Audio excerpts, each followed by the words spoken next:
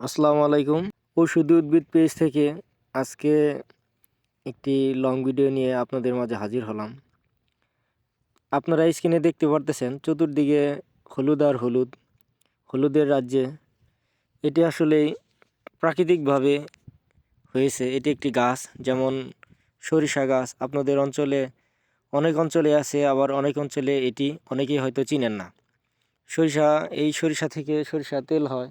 তেল আপনারা অনেকেই খান কিংবা ব্যবহার করেন। আসলে এটাই যে সরিষার তেল কিংবা এটাই যে গাছ, এই গাছ থেকে যে ফসল হয়, সেই ফসল উৎপাদন করে কৃষক মাড়াই করে যে তেল তৈরি করে, সেই তেল দিয়ে কিন্তু আপনারা রান্নার কাজে কিংবা আচার, বিভিন্ন শরীরেও আপনারা অনেকেই দিয়ে থাকেন। তবে অবশ্যই আজকে আমি আপনাদেরকে এই সরিষা ফুলের এখন যে সিজন, এই সিজনে যে সুন্দর ফুল, হলুদ, একদম টকটকা হলুদ, এটি হলো একদম গাঢ় হলুদ।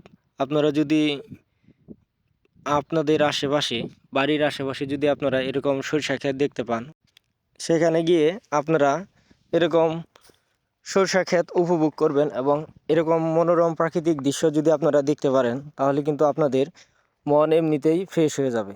আর এই হলুদের রাজ্যে আপনারা যদি যাইতে চান, তাহলে আপনাদের বাড়ির আশেপাশে কিংবা গ্রামীণ পরিবেশে গিয়ে এরকম হলুদের যে ক্ষেত, সেই ক্ষেতে অবশ্যই আপনারা ঘুরে আসবেন। এখানে ঘুরে আসলে আপনাদের মন মানসিকতা এমনি ফ্রেশ হয়ে যাবে।